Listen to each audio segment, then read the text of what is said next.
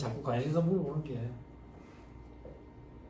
좀 쉬면서 하세요. 입문반인데 뭐 특별반자도 뭐 그렇게 막 텔레비도 좀 봐도 돼요. 종합반 때부터는 안 돼요. 종합반 때부터는 잘 시간도 없을 거예요. 잘 시간도. 대신에 이제 종합반 되면은 그 정도로 바쁘거든. 일주일 동안에 하루 수업 듣는데 나머지 6일 동안 복습치기가 힘들 정도로 양이 많이 쏟아진다고. 그럼 뭐 그때 되면 토익 공부는 할 시간 없다라고 생각해야 돼. 그러니까 종합반 되기 전에 토익을 만들어 놔야 돼. 한 2주 하면 돼. 토익 700이면 2주 정도만 디테이션만 열심히 하면 700 넘기는데 큰 지장 없어. L시책 하나 사고 R시책 하나 샀는데 처음에 토익 시험 보면 자기 신발 문수 나온다고. 신발 지수 LC 점수, RC 점수 이렇게 나온다고. 세 번째 시험 칠 때부터 뭐 자기 점수가 나온다는 말이 있어. 그러니까 준비가 됐을 때 시험을 본다 이런 개념 없이 그냥 봐. 어차피 세 번째 때 자기 점수가 나오니까 그냥 보다 보면 한 두 번째 때 700 이렇게 705점 이게 가장 목적 적합한 공부. 애들 보면 그런 애들 있다. 저 840 받았는데요. 목적 적합한 공부를 안 할 거야. 705점. 705점. 가장 목적 적합한. 뭐 850뭐 영어 할 줄 알아? 외국인 바이오 뭐 링맘에 물이나 줄 줄 알았어. 이게 안타깝다고. 제가 근무하시는 그룹 공채로 들어왔을 때 그룹 공채 이제 연수를 봤는데 그때 400명이 같이 연수를 받아서 용인에 있었는데 조를 짜주거든. 조를 짜줬는데 제가 여기 이제 조장이었어. 조장이었는데 이제 여기 이제 저보다 나이 많은 형이 있었어. 이 형은 이제 아시아나 IDT라고 아시아나 근무 아시아나 그룹의 전산 계열사야. 전산 계열사인데 토익 얘기가 나왔던 거야. 영어 얘기. 이 형 영어를 엄청 잘하는 거야. 영어를 어떻게 영어를 잘하냐니까 캘리포니아에 살았대. 중학교 때 가가지고 대학까지 거기서 마치고 들어왔대. 그 토익 얘기를 하는데 야 토익 되게 어렵더라 그러는 거야. 이 형이 토익 720이야. 캘리포니아에서 7, 8년을 살았는데 제발 이야 쓰잘데기 없는 거야. 그러니까 토익 990 만점을 받았는데 외국인 바이오 공부 링바벨 물이 줄줄줄줄 흐르는 거지. 입도 뻥뻥 보내가지고 내한테 말을 안 걸었으면 뭐 이러고 있는 거지. 그래서 제가 뭐 공부를 막 다양하게 해본 건 아니지만 그래도 이런저런 공부를 해본 입장에서 세상 재미없는 공부가 토익 공부야. 목적도 모호하고 뭐 딱 짧게 해가지고 700만 탁 넘겨놓고 끝내. 토익 공부할 때는 매일 해야 돼요. 어학 공부는 감 유지가 중요하기 때문에 매일 해야 돼. 짧더라도 계속 감을 유지해야 돼. 가장 좋은 방법은 디테이션 제일 좋아. 받아쓰기가 제일 좋아. LC 파트 들으면서 받아쓰는 거 이게 제일 좋아. 2주만 하면 RC도 자연스럽게 돼. 자연스럽게. 믿어도 돼. 토익 700이면 천점만점으로 따지면 70%만 맞추면 돼. 그럼 반대로 얘기하면 30%는 틀려도 돼. 200문제지. 60개나 틀려도 되는 시험이 어딨어.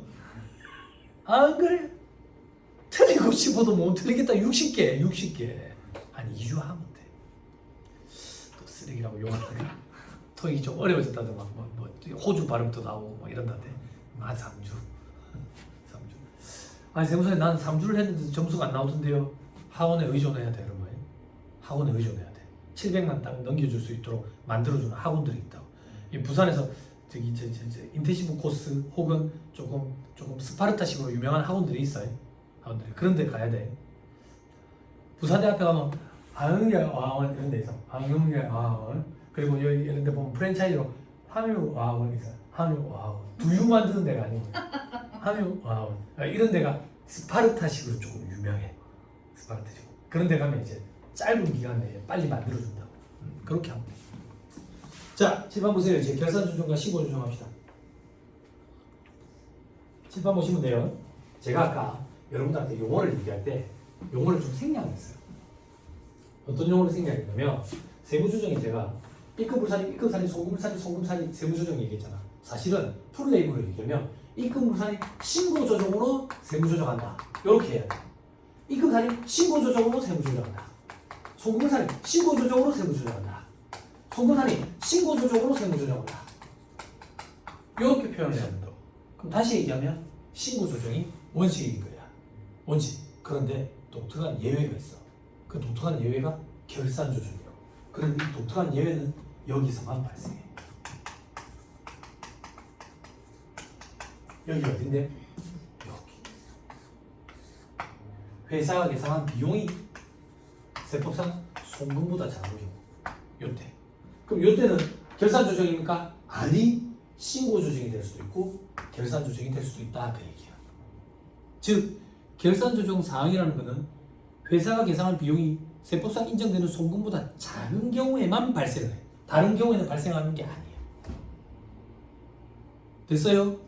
그럼 결산 조정 사항이 도대체 어떤 건데요? 조금 이따 볼 건데 여러분들이 좋아하는 건 다 결산 조정 사항이야. 우리가 좋아한다는 게 어떤 얘긴데요? 눈물을 흘리면서 좋아하는 거지. 네? 어려운 것들은 다 결산 조정 사항. 수업 목적이든 실무든 힘들어하는 건 다 결산 조정 사항들이야. 그럼 동우야, 그런 느낌이 팍 오지 않냐? 어떤 느낌? 이런 것들은 시험에 꼭 나오겠네. 그지? 그런 느낌도 안 오고 이 바닥에 앉아있으면 안 되는 거야. 그지? 시험에 나오는 것들. 실무 강의를 할 때 20년차 경력직 여직원들이 해마다 오는 이유는 저 결산 조정 사항에 퇴직급여 충당금, 퇴직연금 충당금, 대손 충당금을 듣기 위해서 온다. 실무 강의 하루에 8시간씩 이틀 16시간. 국비 지원 강의라고. 20%는 출석을 안 해도 인정이 된다고. 그럼 16시간 중에 20%는 3시간 정도 되네. 그지? 그지? 그러면 3시간 정도는 수업을 안 들어도 인정이 된다고. 근데 내 강의는 항상 100%라고. 출석률이 마지막 시간까지. 마지막 3시간 동안에 퇴직급여 충당금, 퇴직연금 충당금, 대손 충당금을 강의한다고. 나는. 그래서 중간에 볼 일이 있어서 어디 간 사람도 마지막 3시간에 다시 온다고. 사무장들 오면 점심때 바쁜 일이 있어가지고 점심 식사 약속이 있어 가셨다가 마지막 3시간에 다시 온다고. 내 강의 출석률은 항상 100%라고. 20년차 경력 직원들도 그 파트를 힘들어한다고. 근데 우리는 짧은 시간 동안에 이거를 20년차 경력 직원들이 하는 것 이상의 수준으로 공부를 하니까 얼마나 힘들겠어. 그치? 다시 돌려 얘기할게. 이걸 못 잡으면 합격 가능성은 없어. 그치? 어렵다라고 얘기해줘. 저는 어려운 건 어렵다라고 얘기해줍니다. 그런데 장병호 세무사가 어렵다라고 얘기 안 했는데 나는 힘든데 그건 어려운 게 아닙니다. 학원에 별명이 애정남이라 했지. 애매한 거 정해준다 했지. 제가 어렵다고 얘기한 적이 없는 건 어려운 게 아닙니다. 근데 나는 왜 힘든데? 그런 건 생소하다라고 얘기하는 겁니다. 생소한 건 세네 번 보면 누구든 다 잘합니다. 어려운 건 진짜 어려워요. 근데 입안에서는 어려운 거 얘기 안 해요. 응? 어렵다고 얘기하면 안 돼요. 생소한 거예요. 다시 돌아와서 결산 조정은 여기에서만 벌어진다. 그럼 결산 조정 사항은 도대체 어떤 특징을 갖고 있느냐? 7번 보세요. 회사가 계산한 비용이 80원이고 세법상 인정되는 송금이 100원이면 20원만큼 빼는 거지. 요 세무조정을 하는 거지. 그지? 그럼 다시 회사는 비용을 80원을 잡아서 20원을 빼는 세무조정을 하면 올해 세법상 송금으로 인정받게 되는 금액은 얼마야? 100원을 송금으로 인정받게 되는 거지. 여기까지 됐어요? 요게 신고조정사항이야. 결산조정사항은 어떤 특징이 있는데 노란색으로 할게. 회사가 비용을 80원을 잡았는데 세법상 송금으로 인정되는 건 100원이래. 근데 이 항목이 결산조정 항목이래. 그러면 세무조정은 없어. 세무조정은 없다는 얘기는 세법상 송금으로 인정되는 금액은 80원이라는 얘기야. 이걸 풀어서 얘기하면 이 얘기라고. 결산조정사항은 회사가 세법상 송금으로 인정받고 싶으면 결산서에 손실 또는 비용을 세법에서는 손비라고 표현해. 손비로 계상해야지만 인정을 받는다. 요게 결산조정사항의 특징이라고. 너가 세법상 송금 100원만큼 인정받고 싶으면 결산서상 손실 또는 비용으로 100원을 잡았어야 된다 그 얘기야. 안 잡았기 때문에 요만큼밖에 인정을 못 받는다고. 극단적으로 한다. 어느 정도로 안 잡았는데 회사가 비용을 잡아놓은 게 없대. 그러면 세무조정 없어. 그럼 올해 결산상 송금으로 인정받는 금액은 없어. 요게 결산조정 사항의 특징이야. 결산조정 항목은, 결산조정 사항은 세법상 송금으로 인정받고 싶으면 결산서에 손실 또는 비용, 손비로 계상한 경우에만 인정되는 거. 자, 학생들 여기 학생이 한 명밖에 없어. 너는 안 그럴 것 같은데 해마다 이런 질문들을 하는 학생들이 있어. 시드샷에 사진 지금 원점 보세요. 만약에 회사가 결산서상 손실 또는 비용으로 계산한 금액이 송금보다 크면 어떻게 되는데요? 이걸 물어보는 학생들이 있어. 그간 직업이라고. 이게 더 크면 여기잖아. 여기가 아니라 오직 말하고 그러는 학원은 좀 혼자 공부를 해가지고 계속 떨어지든지 안 맞는 거야. 안 맞는 거. 이 된장인지 구멍을 원하는 안타깝다. 너는 그런 지금 의문이 안 들었지, 그지? 표정이 그렇지. 싸하다. 아니지, 아닌 걸로 해줘. 됐죠? 됐죠? 요게 결산 조정 사항이야. 됐죠? 자, 넘어갑니다. 자, 밑에 결산 조정의 의. 결산 조정이란 회사가 결산서의 손실 또는 비용, 손비, 법률 용어입니다. 세법 용어에 손비로 계산한 경우에만 세법상 송금으로 인정이 된다. 계산 안 하면 인정이 안 된다. 됐죠? 됐죠? 그 다음 줄, 즉 법인에게 송금 사는 여부에 선택권이 부여되는 항목이다. 자, 이게 무슨 말이지? 이때 보니까 충당금, 감가상각비 등과 같이 내부적인 계산 항목들이 결산 조정 항목에 해당한다. 자, 감가상각비는 유형자산 파트에서 공부했을 거예요. 그죠? 그죠? 자, 500원짜리 자산을 샀어요. 잔존가치가 없대. 정액법이고 내용연수 5년이래. 그럼 한 해당 감가상각비 100원씩 인식하겠지? 그지? 올해 회사가 비용을 100원을 잡았대. 세법상 인정되는 금액 송금 100원이래. 얘가 내부적인 계산 항목인 결산 조정 항목이래. 그러면 세법상 송금으로 인정되는 금액은 100원이야. 100원이야. 근데 회사가 만약에 올해 감가상각비를 안 잡았대. 안 잡았대. 세법상 인정되는 금액은 100원이야. 안 잡았대. 그러면 세무조정이 없어. 그럼 송금 인정액은 없지. 됐어요? 됐어요? 다시. 자, X1년도 X1년도에 회사가 감가상각비 안 잡았어. 세법상 한도는 100원이야. 송금 인정액은. 그러면 세무조정은 없다고. 그럼 송금으로 인정된 금액은 얼마인데? 없지. 다음 연도에 회사가 100원을 잡았어. 세법상 한도 100원이야. 그럼 세법상 인정되는 송금 인정액은 100원이지. 즉 이게 무슨 말인데? 올해 X1년도에 회사가 감가상각비를 송금 인정 안 받고 싶어서 계산 안 했다는 거야. 다음 연도에 인정받고 싶어서 계산을 했어. 그래서 다음 연도에 송금을 인정했다고. 즉 송금으로 인정받을 수 있는 귀속 시기를 임의로 조절할 수 있는 거. 요게 내부적인 계산 항목, 결산 조정 사항의 특징이라고. 올해 인정 안 받고 싶어서 안 달았다니까. 내년에 인정받고 싶어서 내년에 달았다니까. 올해 인정받고 싶어서 올해 달았대. 그럼 올해.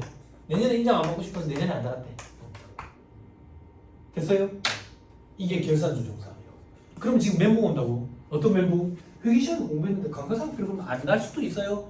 안 달 수도 있어. 안 달 수도 있다고. 근데 학생들은 이걸 힘들어해요.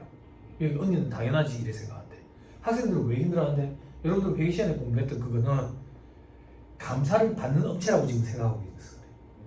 우리나라에서 회계감사를 받는 업체보다 회계감사를 안 받는 업체가 더 많아. 회계감사를 안 받는 업체는 감가상각비 계산 안 해도 아무 문제 없어. 감사받는 업체는 감가상각비 계산 안 하면 회계사들이 지적사항인 거지. 왜 감가상각비 안 달았습니까? 이렇게. 근데 실무적으로 나중에 일해보면 안 다는 회사가 더 많아. 그걸 알고 있어야 이게 이해가 돼. 근데 학생들이 처음에 이제 공부를 할 때 감가상각비 계산하는 거 회계부터 공부하니까 감가상각비를 왜 계산을 안 하지? 왜 안 달지? 이 회사가 왜 엉터리로 하고 있지? 엉터리로 하는 게 아니라 선택할 수 있다. 선택할 수 있다. 여러분들이 공부하는 IFRS는 상장 금융기관만, 상장 금융기관이 5% 채 안 된다고. 나머지 95% 이상은 전부 다 일반 기업의 기준을 적용을 합니다. 됐죠? 됐죠? 그럼 세법은 일반 기업의 기준과 IFRS 처리한 것과 전부 다 아우르는 개념이에요. 이 양도 훨씬 많고 더 어렵지. 됐습니다. 넘어갑니다. 다음 페이지 범위. 다음 항목은 결산조정사항이다. 눈으로 보세요. 눈으로. 어때요? 괜찮죠? 뭐가 괜찮은데 아직 눈물은 안 날 거예요. 근데 종합반에서 이걸 눈으로 쓱 보면 막 눈물이 막 고여요. 희한하다고. 그지? 예? 그게 무슨 말인데 아는 게 없으면 스트레스도 없어요. 즉 종합반 가서 이걸 하나씩 배우기 시작하면 힘들어요. 충당금, 대수충당금 하나만 가지고 제가 3시간 동안 강의할 거예요. 퇴직금지 충당금 이거 하나 가지고 1시간 반 강의할 거예요. 위에 반감은 위에 반감은 한 달. 그렇죠? 넘어갑니다. 저 밑에 괄호 2번 신고조정. 결산조정 사항 외에는 전부 다 신고조정이다. 됐죠? 그렇죠? 다음 페이지 차이 비교. 개념이라는 표현이 참 많이 나와. 불쾌하게. 개념 없다는 소리를 너무 많이 들었는데. 내가 계속 없어 이 개념. 이 언니가 도와주시는데 우리는 학창 시절 때 수학 과목을 공부할 때 수학의 정석이라는 책이 있었어. 근데 여기 작은 언니는 개념 원리라는 책을 봤을 거야. 이 작은 언니부터는 개념이 있어. 개념이라는 책을 봤기 나는 개념 원리라는 책을 본 적이 없어. 개념이 없어. 수학의 정석 이런 책을 봤더라고. 네? 정석 봤어요? 봐봐 이 언니 여태 거짓말하고 있어. 동시에 살아가고. 이 언니도 이제 홍성래 씨 책을 봐. 돌아가시겠죠? 그래? 그렇겠죠. 그렇겠죠.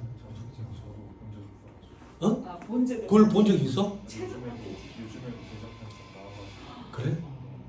예전에 대학 다닐 때 학원에 문법 강의 알바이트 했잖아요. 영어 문법 강의 할 때 성문 기본 영어, 맞아요. 성문 종합 영어 이런 거 했어. 근데 문법 공부할 때 그게 책이 좋아가지고 아직도 그걸 보는 애들이 있더만. 근데 요즘 애들은 그런 거 공부 안 해요. 너 문장의 오형식 이런 거 알아? 처음 들어보지? 오형식은 알아? 그게 일본에서 나온 거야. 일본에서 나온 건데 요즘 애들은 그렇게 공부를 안 하더라고 또. 더 선진화된 기법으로 공부를 하겠지. 예전에는 이런 거 했어. 주어 동사 목적어고 목적어 간접 목적어 직접 목적어 막 이런 거 했어. 이런 거 했었는데 지금 생각해보면 큰 의미가 없어. 그래서 애들이 책은 잘 읽는데 말을 못해. 버버리가 돼버리는 거야. 자, 차이 비교 보세요. 자, 결산조정. 결산서의 손비로 계상한 경우에 한해서 인정되는 것. 신고조정은 계상 여부와 무관하게 조정하는 것. 됐죠? 대상에 보니까 주로 내부적인 계상 항목들. 성격돼 있죠? 임의적인 계상 항목이다. 됐죠? 손익기숙 시기 조절 가능하다. 신고조정은 선택이 불가능하다. 됐죠? 지금 얘기해봐야 이해 못할 것 같은데 제가 아까 얘기했죠. 결산조정 사항은 손익이 귀속 사항들을 선택 적용할 수 있다고. 봐봐. 올해 인정받고 싶으면 올해 달면 되고 내년에 인정받고 싶으면 올해 안 달고 내년에 달면 되잖아요. 그러니까 선택권이 주어져 있으니까 굉장히 큰 메리트가 있는 것처럼 착각을 많이 한다고. 이게 굉장히 무서운 거야. 뭐가 무서운데? 돌아가지 못해. 여기 경력이 많으신 언니가 계시니까 잠깐만 얘기를 하면 실제 있었던 일입니다. 신문강의할 때 부산에서 있었던 일이에요. 제가 부산에서 신문강의하면서 이름이 조금 알려지게 돼가지고 경력이 많으신 언니들끼리 단체 카톡방을 만들어요.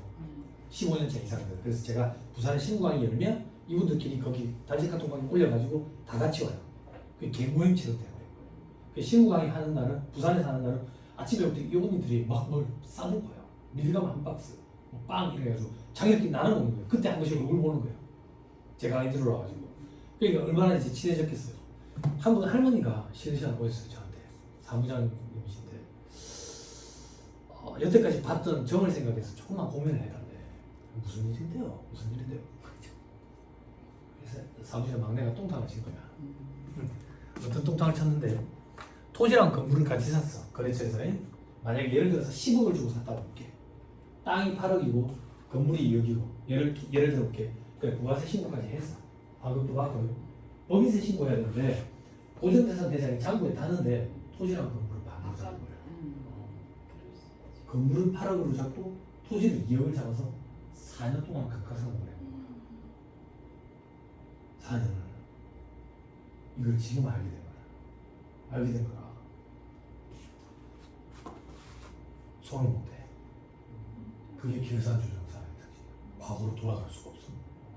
이거는 수정신고를 해. 근데 업체 사장한테 안 알리는 거야. 어떻게 하셨어요? 4년이 지난 시점에 은행에서 대출 연장을 했어요. 재무제표 받았는데 재무제표 좀 이상한 거. 그래서 알게 된 거야. 어제 사정은 모르는데. 근데 이 언니는 강수고 싶은 거야. 누가 통탁을 했는데 막내가 통탁을 했다는데 막내가 내가 볼 때 그래서 시기가 자꾸 방안을 관계를 하는데 답이 없어. 희망 공부하는 시에서 결산 조정 못하겠다. 어제 사장 거래하신 지 얼마나 됐어요? 15년. 그동안에 저를 생각해서 오픈을 하십시오. 미안하다고 얘기하고 오픈을 하십시오. 안 돼. 덩어리. 여러 개. 이게 빠져나가면 비참한 거예요. 그 사무실이. 사무실이. 그래서 방법이 없겠냐고. 방법이 없어. 방법이 없어. 그럼 본인이 생각하시는 방법은 뭐예요? 강사상을 지금도 조금만 하면 어떨까요? 안 하면 안 하죠. 왜 조금만 해요? 중소기업 특별 세액하면 적용받는데 한 해에 아마 500대. 그래서 강사상을 안 하면 또 강사상 의제 규정을 주는 거다. 그런 게 있어요. 무슨 말인지 모르겠지? 알아야 이해가 돼. 공부 많이 해야 된다. 그래서 그것도 안 돼. 그래서 희망 고문 하는 거 싫어가지고 다 없다고 얘기했다고. 안 된다고. 그리고 쉬는 시간 그만 좀 들어왔는데 그래서 하는데 딸내미 데리고 왔고 남자에서 데리고 왔는데 살이야. 언니는 가족끼리 가족끼리. 그래갖고 내가 쉬는 시간에 사무실 전화해가지고 직원한테 야 이런 일이 들었는데 정신 똑바로 치는데 진짜 와 내가 내일도 앉아 소름 돋더라. 너 정신 똑바로 차려라 진짜 잘 봐야 되겠다. 이래놓고 궁금하기 시작한 거지. 어떻게 처리를 했을지. 한 2년 안 오시다가 작년에 3년째 되시는데 오시더라고. 근데 물어보지는 못해요. 어떻게 하죠? 다시 보세요. 다시 실무방에 들어보시는데 딸내미랑 사이도 데리고 오시는데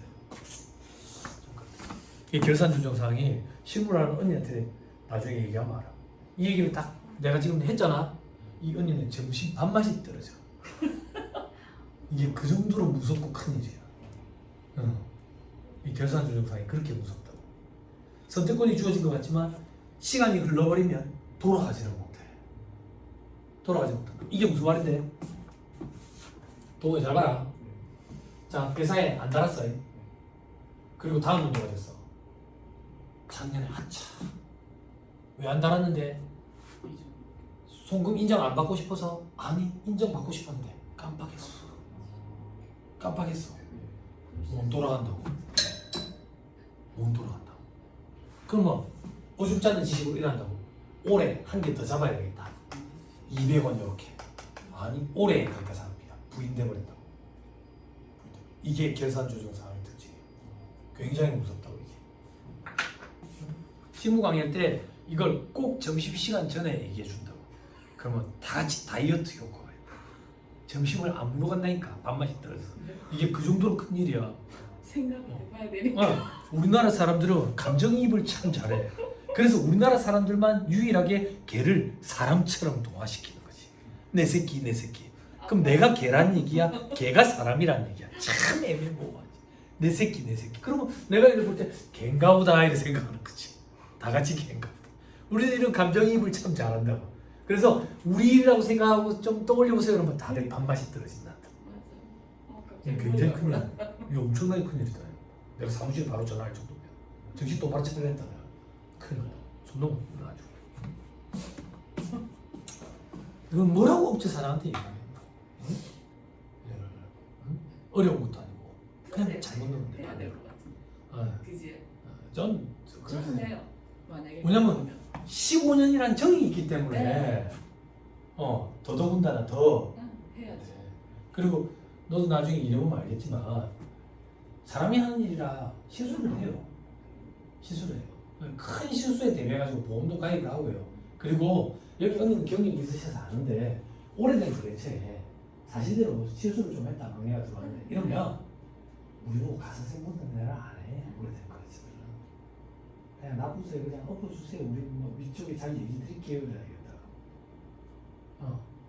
가사세는 누구가 물어내라 이러잖아. 그래서 사람 사는 세상에서 거기서도 자기들도 다 알아. 자기들도 사람인지라 다 실수하거든. 미안하다고 얘기하지. 그래서 제가 항상 사무실 직원들한테 항상 하는 얘기가 그거예요. 항상 그렇게 얘기를 해주시면 좋을 것 같아요. 겸손해라. 알았지? 거래처 사장 아무리 개차만 일하더라도 겸손하게 꼭 대해줘라. 그 사람들이랑 얘기를 할 때 짜증이 나는 이유는 그 사람들 세법 지식 수준은 초등학생이고 너는 대학생이라서 말이 안 통하니까 짜증이 나는 거다. 말이 안 통하니까. 근데 항상 겸손해라. 사람이라 실수한다. 봐봐라. 이런 일이 생기잖아. 겸손해. 됐죠? 자, 다시 돌아오세요. 자, 이제 159페이지에 소득처분 얘기도 좀 해야 돼요. 칠판 계속 보시면 돼요, 여러분들은. 다시 쓸 거예요. 더하는 세무조정 2개, 빼는 세무조정 2개. 다시 쓸게요.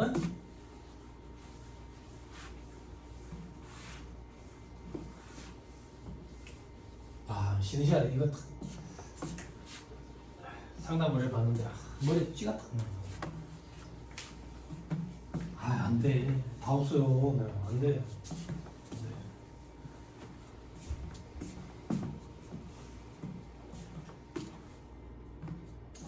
자, 집 보세요. 자, 더하는 세무조정 2개. 부분의 실익이었기 때문에 같이 붙였어요. 입금 산입, 소금 산입.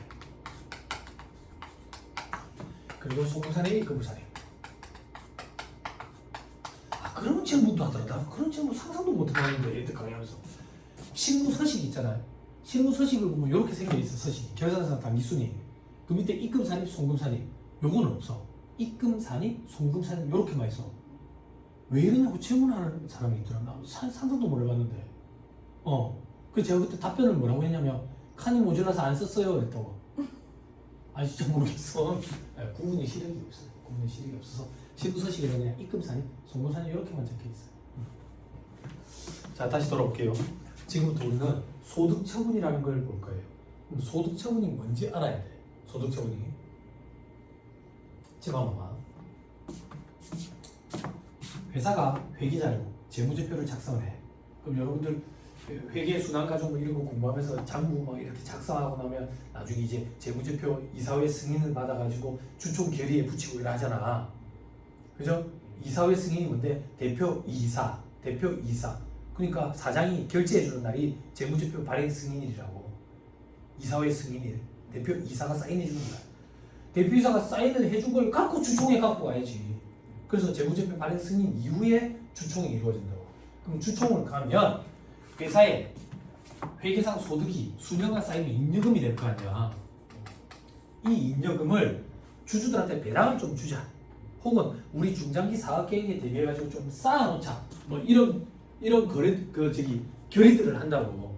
그러면 주주들한테 돈을 준다는 얘기는 회사 돈이 밖으로 빠져나가잖아. 이걸 사회 유출 이렇게 표현해. 중장기 사업 계획에 대비해 가지고 쌓아놓자. 회사 내부에. 이걸 사내 유보 이렇게 얘기해. 사회 유출됐느냐 사내 유보됐느냐 요 구분하는 걸 우리는 좁은 의미에서 넓은 의미에서 소득 처분이라고 표현해. 그럼 다시 돌아와가지고 재무제표가 발행된 걸 가지고 주총 때 나간 거 있고 쌓인 게 있고 이렇게 우리는 회계상 소득에 대해서는 이미 소득 처분이 끝나 있어. 그럼 우리는 결국 회계상 소득과 세법상 소득의 차이인 이 세무조정 사항에 대해서만 추가적으로 소득 처분을 하면 소득 처분이 완결이 끝날 거라고. 그래서 세무조정 사항, 입금산입, 송금산입, 송금산입, 입금부산입에 대해서 소득 처분을 지금부터 할 건 거야. 무슨 말인지 이해됐어요? 됐죠? 그럼 이 소득 처분은 어떻게 되는데 입금산입, 송금산입에서 올 수 있는 소득 처분 크게 세 가지. 돈이 밖으로 빠져나갔다. 사회 유출. 이 돈은 입금산입, 송금산입이라는 얘기는 회계상, 세법상 소득의 차이지. 다시 얘기하면 회계상 그리고 세법상 회계와 세법의 차이네. 그 차이 금액이 밖으로 빠져나갔다. 그러면 사회 유출. 회사 내부에 남아있더라. 그럼 유보 이렇게 얘기해. 나가지도 않고 차이도 없더라. 그러면 빈칸으로 냅두게 되니까 기타 이렇게 얘기해요. 처분을. 자, 송금산입, 입금부산입에서 올 수 있는 소득처분 크게 두 가지. 회사 내부에 남아가지고 회계와 세법 간의 차이를 일으키더라. 이 차이는 엄밀히 얘기하면 회계상 자산부채, 세법상 자산부채의 차이야. 됐어요? 됐어요? 그러면 그 차이를 일으키더라. 그럼 유보 이렇게 얘기한다. 이 유보 구분하기 위해서 앞에 세모를 붙이고 우리는 이걸 마이너스 유보 이렇게 표현해. 이게 아니면 기타 이렇게 얘기한다고. 자, 사회증명 원점 봉쇄. 세무사님, 왜 여기서는 사회유출이라는 개념이 없습니까? 돈이 뭔가 증가하는 차이가 있어야 요만큼이 나간다라는 개념이 있지. 감소하는 차이가 있으면 이걸 어떻게 내보내? 그래서 여기서는 그런 개념이 존재할 수가 없어. 존재할 수가. 그래서요, 조금만 더. 회사 돈이 외부로 빠져나갔다더라. 입금산의 소금산이 이 증가하는 차이가 사회유출이라는 얘기한다. 사회유출이라는 얘기는 돈이 회사 밖으로 빠져나갔지. 누구한테 빠져나갔는지 그 귀속을 한번 따져보는 거야. 이걸 좁은 의미의 소득처분이라고 표현해. 그러면 회사 돈이 외부에 빠져나갔는데 누구한테 빠져나갔는지 그걸 왜 따져보는데? 그 사람한테 과세하기 위해서, 소득세를 과세하기 위해서, 소득세 과세하기 위한 근거 자료로 활용하는 거. 이게 좁은 의미의 소득처분이야.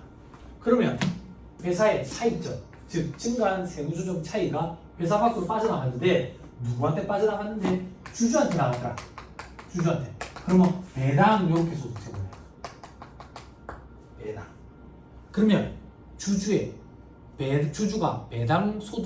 주주가 배당 받은 걸로 봐가지고 배당 소득으로 과세하겠다 그 얘기야. 그런데 이 주주는 요거 말고 원래 지가 받은 배당이 또 있어. 그래서 원래 지가 받은 배당과 세무조정에 의한 사회유출 소득처분 배당을 구분하기 위해서 세무조정에 의한 소득처분 사회유출에 대한 배당은 앞에 인정이라는 표현을 붙여. 그래서 이걸 우리는 인정배당 이렇게 얘기해.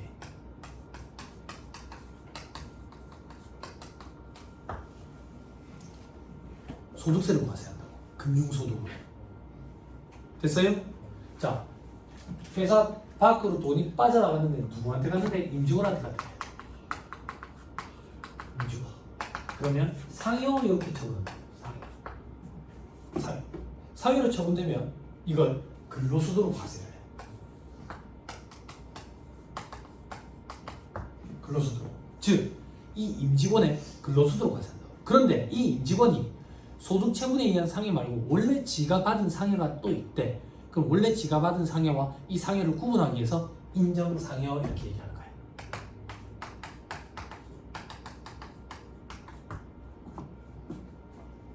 됐어요? 언니, 현업에서 보시는 이 인정상여가 요게 뭔데? 사회유출 뭔데? 입금사립 송부사립. 이게 뭔데? 세무조정사항. 이 세무조정사항이 뭔데? 대표이사 가지급 인정이자. 회계상으로는 없는데 세법상으로 인정이자. 차이를 입금산입하고 대표자 상해처분하는 거예요. 그래서 소득구분 계산서에다가 인정상여 이거를 소득구분 명세서에다가 구분을 해놔놓고 우리가 4월 10일 원천세 신고할 때 연말정산을 한 번 더 돌리는 거죠. 네? 몰라도 된다. 지금 얘기한 건 실무 강의 때 이루어지는 거다. 우리 시험은 그런 것까지는 안 나온다. 자, 다시 돌아와가지고 회사 밖으로 돈이 빠져나갔는데 누구한테 갔는데? 국가, 지자체 조합한테 갔대. 혹은 타법인, 혹은 개인 사업자, 다른 개인 사업자, 혹은 여기까지만 얘기합시다. 이런 경우에는 기타 사회유출 이렇게 얘기해. 기타 사회유출이 의미하는 건 뭔데? 사후 관리를 하지 않겠대. 사후 관리를 하지 않겠다는 얘기가 뭔데? 소득 처분을 하는 이유는 회사 돈이 밖으로 빠져나갔으니까 누구한테 빠져나갔는지 귀속을 가려본다지. 왜 귀속을 가리는데? 그 사람한테 소득세를 과세하기 위해서. 소득세를 과세하기 위해서. 그런데 사후 관리를 하지 않겠다네. 사후 관리를 하지 않겠다는 얘기는 소득세를 과세를 안 하겠대. 소득세를 과세를 안 하겠다는 얘기는 귀속자가 누구인지 따져보지도 않겠다 그 얘기야. 사후 관리를 안 하겠다. 그럼 왜 사후 관리를 안 하는데? 그럴 때 기타 사유출이라는 소득처분을 하는데 왜 사후 관리를 안 하는데? 우리 회사 돈이 밖으로 빠져나갔는데 누구한테 갔는지 봤더니 국가나 지자체 조합한테 갔더래. 국가나 지자체 조합은 앞에서 공부했지. 비과세법인이라고. 과세 안 돼. 과세 안 되는데 뭐 한다고 관리할 거야. 그래서 기타 사유출로 표현하고 끝내버린다고. 또 타법인한테 갔대. 우리 회사 돈이 밖으로 빠져나왔는데 다른 법인한테 갔대. 법인은 순자산 증가세에 입각해 있기 때문에 우리가 별도로 관리를 안 해도 어차피 과세가 될 거야. 그래서 사후관리 안 해. 다른 개인 사업자한테 같아. 개인 사업자는 종소세가 과세가 되는데 소득세법은 철저하게 열거주의 과세 원칙이거든. 열거된 소득에 대해서만 과세한다고.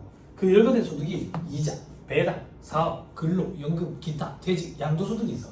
그 중에 사업소득에 해당하는 게 개인 사업자의 소득이라고. 개인 사업자의 사업소득은 법인세랑 똑같다라고 생각하면 돼. 즉 내가 별도로 관리를 안 해도 개인 사업자의 사업소득을 구성을 해서 종소세가 과세가 될 거야. 그래서 별도의 소득청을 안 해. 또 어떤 거? 조세 정책적인 차원에서 그냥 사후 관리하지 말자 이런 것들이 있다고. 제일 대표적인 게 접대비, 기업 업무 추진비 한도 초과해 이런 것들이 있어. 그리고 업무 무관 자산 지급이자 송금물산 이런 것들이 있다고. 나중에 해. 한참 나중에. 그 전에 이제 포기하면 못 듣는 거야 그런 거는. 아무튼 조세 정책적인 차원에서 사후 관리하지 않는 것들 그런 것들도 기타 사유주. 자, 그다음 회사 돈이 밖으로 빠져나갔는데 누구한테 갔는데? 그렇죠, 사장. 형한테 갔더래. 그게 무슨 말인데? 아무 관련 없는 사람한테 갔어. 그런 사람한테 가면 뭐라고 얘기하는데? 기타 소득 이렇게 얘기한다고. 그 사람의 기타 소득을 구성하는 걸 봐서 종소세를 과세해. 그러면 원래 기타 소득이 또 있을 거 아니야? 그 기타 소득과 구분하기 위해서 인정, 기타 소득은 관행상 인정이란 말을 잘 안 붙여. 그냥 기타 소득 이렇게 얘기해. 됐어요? 요걸 우리는 소득처분이라 그래. 됐죠? 자, 그게 159페이지, 160페이지에 있는 얘기예요.